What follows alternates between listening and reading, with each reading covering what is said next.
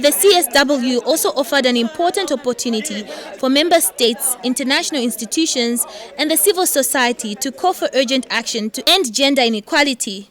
For Oxfam Zambia, the theme was described as timely. Gender specialist in the organization, Gilbert Chanda, noted that women will be adversely affected by the adverse weather patterns, as they are apparently the main food producers at subsistence level.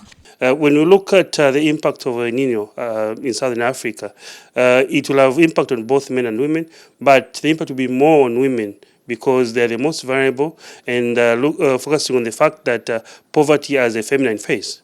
So we would want to actually come up with a lot of mitigation measures to ensure that we actually prepare the women to be ready for the shocks that will come along. On the sidelines of the CSW, the Zambia Umbrella Civil Society Organization, YWCA, hosted a panel discussion on women economic empowerment interventions in Zambia, highlighting achievements and lessons learned. And Gender Permanent Secretary Edwidge Mutale outlined government's interventions on gender-based violence. The government is also committed to ensuring that women have access to finances to enable them to engage in other productive ventures, because we cannot just say it will be agricultural based, but there are so many others. We've got people in the urban areas. What will those women be doing? Because they don't have access to land on which to till, but they can be engaged in other businesses that can sustain them. And YWCA Executive Director Ngwase Mwale called on government to quicken the implementation of women and girls empowerment interventions. Both women and men are a critical component to making sure that the Sustainable Development Goals are realized by 2030. We've seen over time that, especially when it comes to the issues of rural women on many occasions have been left out, from the development agenda. Women in general have been left out from the decision-making table. And when you talk about in countries where there is conflict, women are not on the peace negotiation tables.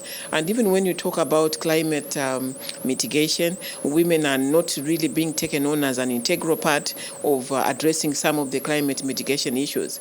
So this theme for me and for YWCA and the larger women's movement is really coming in at the opportune time. The Young Women Christian Association, YWCA, the implementers of the I Care About Her campaign, expressed their intent to meeting the targets of the campaign in the 8 districts where this program is being implemented.